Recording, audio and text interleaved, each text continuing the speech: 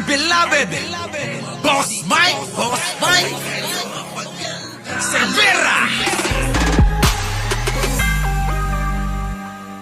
Siyempre, magandang buhay na rin para sa ating lahat mga kababayan ko. At eto na nga, oo, yan na, meron na akong kasama. Oo. Tagal mo naman. Dahil naka-live ako. Ha? Ayan.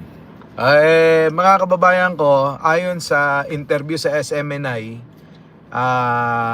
kay Sara Duterte, netong dalawang bugok na DDS din, mga kababayan ko, na bobo rin.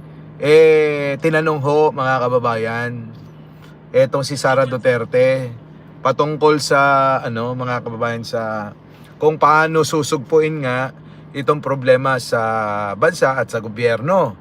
Ngayon mga kababayan,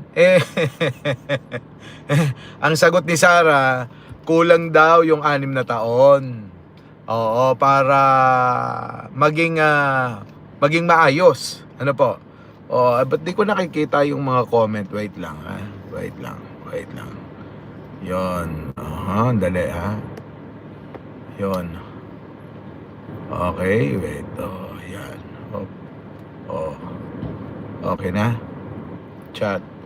Ayun. All message. Yan. Okay na. So ngayon, mga kababayan, kung kulang pala ang 6 na taon, kulang ang 6 na taon ni Pangulong Bongbong. Bakit kailangan pa nating magpalit ng presidente kung kulang pala yung 6 na taon? Di po ba? Di tuloy-tuloy lang ni presidente, gumawa na lang ng batas, o kaya magkaroon na lang ng konkon o tsa-tsa para baguhin ang constitution, at ituloy-tuloy na lang ni Pangulong Bongbong yung kanyang panunungkulan. Kaysa ho mga kababayan, palitan tayo ng isang Sara Duterte na bukod sa tanga na, bobo pa, mangmang pa, magnanakaw pa mga kababayan. Di mas maganda na ituloy-tuloy ni Pangulo pala yung pong kanyang panunungkulan hanggang kung may 3 years na siya ngayon, may 27 years pang natitira. Ano po? Di ba? Kung ganun lang din ang pananaw ni Sara, na kulang pala talaga ang 6 na taon, mas maigi na ituloy-tuloy na lang ni Pangulong Bongbong Marcos. At sabi rin nga ng mga DDS, kapag ka daw binoto daw si Leni, dahil mga kababayan ngayon talagang putok na putok ang pangalang Leni Robredo. Aminin natin yan. Mula nang magkasama sila ni Pangulo, marami nang nagbigay ng mali siya, lalong-lalo na yung mga DDS, binigyan na nila ng mali siya yung pagsasama nilang dalawa. Kaya ngayon, ang sigaw ng taong bayan, baka naman pwedeng Leni Bongbong Marcos na lang. Ngayon, nang gagalaitin naman yung mga DDS na kapag ka daw binoto si Leni, parang binoto rin daw si Pangulong Bongbong Marcos. Kita nyo ho mga kababayan, biruin nyo yun, na yung kanilang pananaw na pag binoto daw si Leni Robredo, parang binoto na rin si Pangulong Bongbong Marcos. Di okay na rin, di mas okay na pala na wag na tayong magpalit kung ganun din naman yung pananaw nila. Tuloy-tuloy na lang ni Pangulong Bongbong Marcos. Wala nang iba. Ano po? Siguro naman sasang-ayon kayo sa akin na ganun na lang ang gawin. Kaysa ho mga kababayan, magpalit pa tayo at isapalaran natin yung pong pagiging pinuno ng bansang ito, ng bansang Pilipinas. Ang hirap-hirap po maghanap ng magiging leader, lalong-lalo na mga kababayan, yung katulad ho ni Pangulong Bongbong Marcos, mahirap po hanapin yun, di ba? Kaya mga kababayan, alam nyo, minsan kasi hindi yata naiisip ni Sara, sa bagay, bobo nga talaga, mahina mag-isip ng mga sinasabi. Yung pong bang laging may butas yung kanyang mga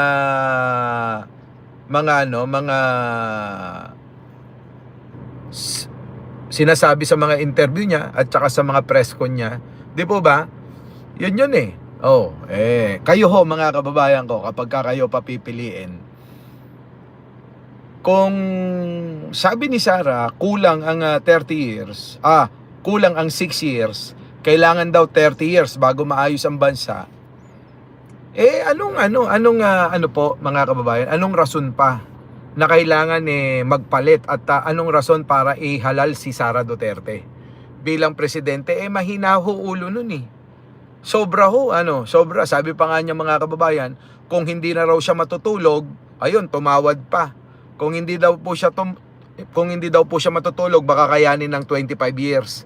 Kita niyo ho mga kababayan. So plano ba ni Sara na ayaw ng bitawan? Kung sakali lang na manalo, kung sakali kahit hindi naman mangyayari, kung sakali ba siya na maging presidente, talagang hindi niya nabibitawan kasi gusto niya hanggang 25 years to 30 years yung pagiging presidente niya. Di po ba mga kababayan? Kayo ho, ano masasabi nyo doon? Yan mga kababayan ko. Kaya etong sinasabi ni Sara na ganyan, asahan nyo na, may masamang balak talaga. Maitim ang balak. Mas gusto ko pang iboto si Magtira kaysa sa kanya. Magtira ka na lang kaysa kay Sara Duterte mga kababayan. Di ba? Yun. Ay, nako. Hindi ko nababasa yung mga nyo chinachat nyo. Opo, kasi yan, good afternoon lang yung nabasa ko. Hindi ko pa mabasa kung sino yung nag-message. Kayo mga kababayan, ano masasabi nyo? Habang tayo lalarga at meron tayong pasahero, Alam nyo naman, sabi ng mga ng mga DDS, Grab driver daw ho ako. Meron na ho akong booking. Ay nako, talaga naman mga DDS. Mema lang, mema lang. Mema sabi lang, mga kababayan. Pero minsan kasi mga kababayan ko totoo naman, kulang talaga yung 6 na taon. Kulang ho talaga. Dapat ho talaga mga kababayan, katulad ni ni Xi Jinping, Katulad ho ni Xi Jinping mga kababayan ko ilang taon na hong ilang taon na hong leader ng China. Naku, daming sasakyan. Wait lang. Sige. Ito. At katulad din ho ng ibang nasyon.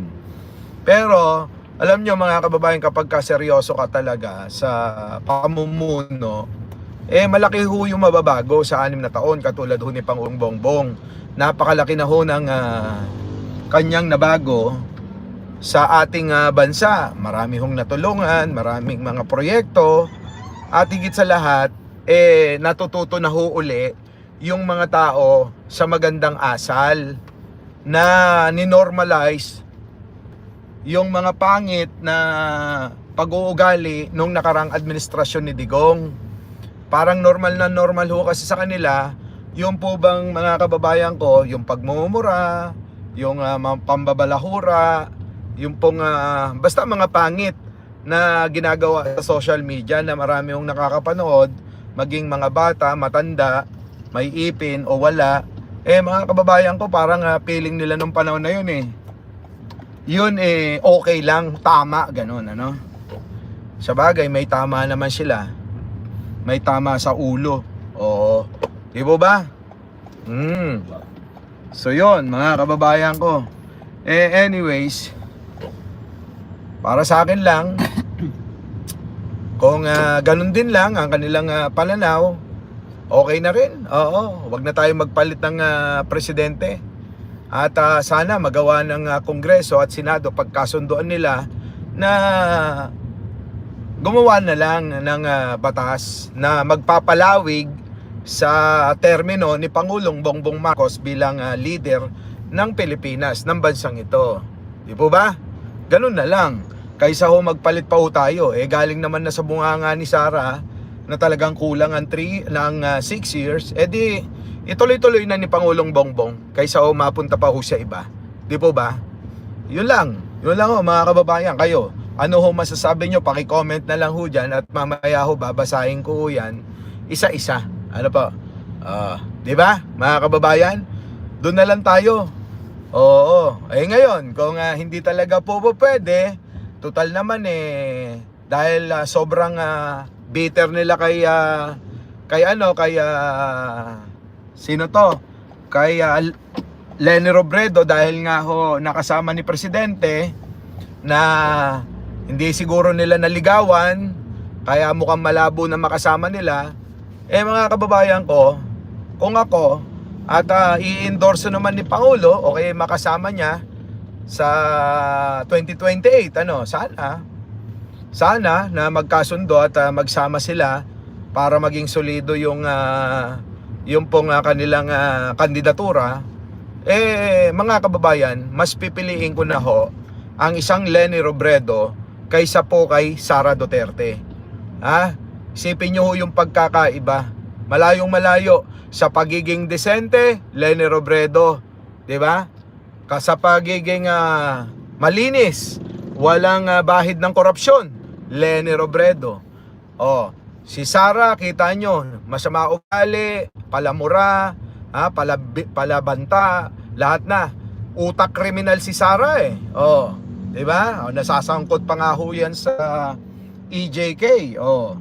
Ngayon, mga kababayan, issue naman ng korupsyon. Si Sara, napakarami. Kakaupo pa lang. Kita nyo na, hanggang mula nung vice mayor siya sa Davao, corruption na ho yung nakadikit sa kanya. Puro pagnanakaw ho. At ang unang-unang target ho niya ay yung confidential fund niya.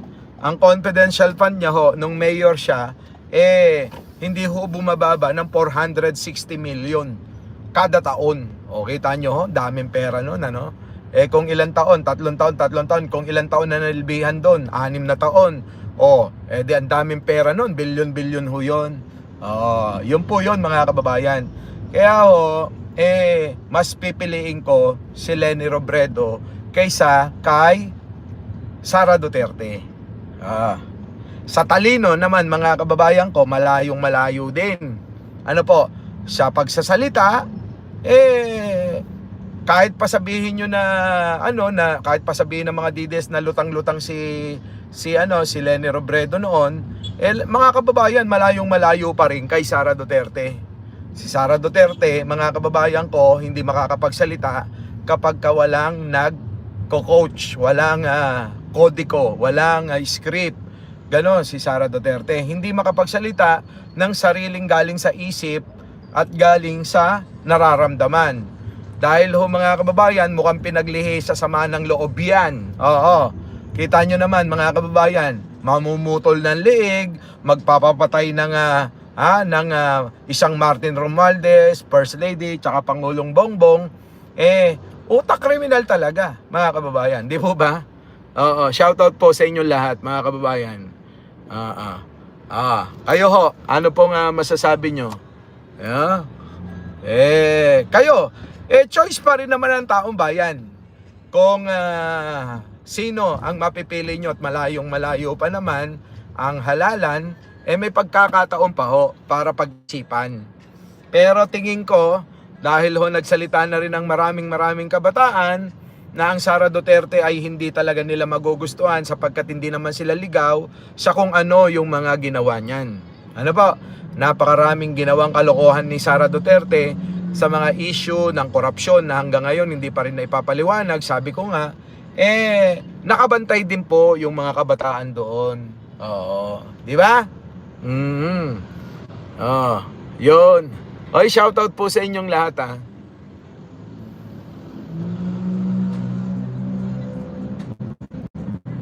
Di ba? Kaya lang sa survey natin mga kababayan, sa mga hindi ko pa ho friends sa FB o hindi pa nakapalo sa Mike Cervera na account ko, i-follow nyo ho mga kababayan. At doon nyo ho makikita yung survey natin na tambak ho si Leni Robredo. Malayong malayo ho mga kababayan. Ang layo na ho ng botohan. Malayo ho. Napakalayo. Oo. Kung baga sa ano mga kababayan mula Baclaran hanggang Monumento na ang layo. Oo, ng tambak ni Sara Duterte. So, dito natin makikita mga kababayan kung ang labanan pala ng survey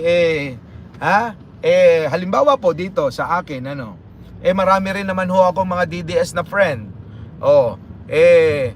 Nakikita rin naman ang DDS diyan na ho natin malalaman na tila mali yata yung mga lumalabas na mga survey ng mga kilalang mga kumpanya na nagko-komisyon niyan. Oo. 'Di ba? At saka sabi rin pala ni Sara, hindi naman daw siya naniniwala diyan sa survey na 'yan. Oo. So ibig sabihin, kahit pa ho yung survey na lamang si Sara, hindi niya pinaniniwalaan kasi alam niya sa sarili niya na hindi niya deserve 'yon. 'Di ba? Alam ni Sara Duterte na hindi niya deserve yung pinalabas ng mga survey company na walang kredibilidad. So ngayon alam nyo na mga kababayan grabe tindi talaga. So happy Sunday po sa inyong lahat mga kababayan ko. At eto na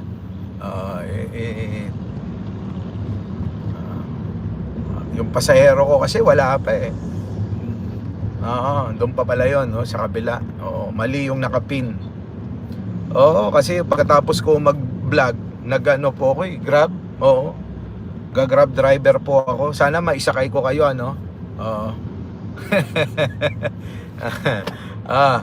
so paano mga kababayan ko? Nandito na po ako bye-bye po sa inyo. Maraming salamat sa oras. Okay. Our beloved Boss Mike Cervera.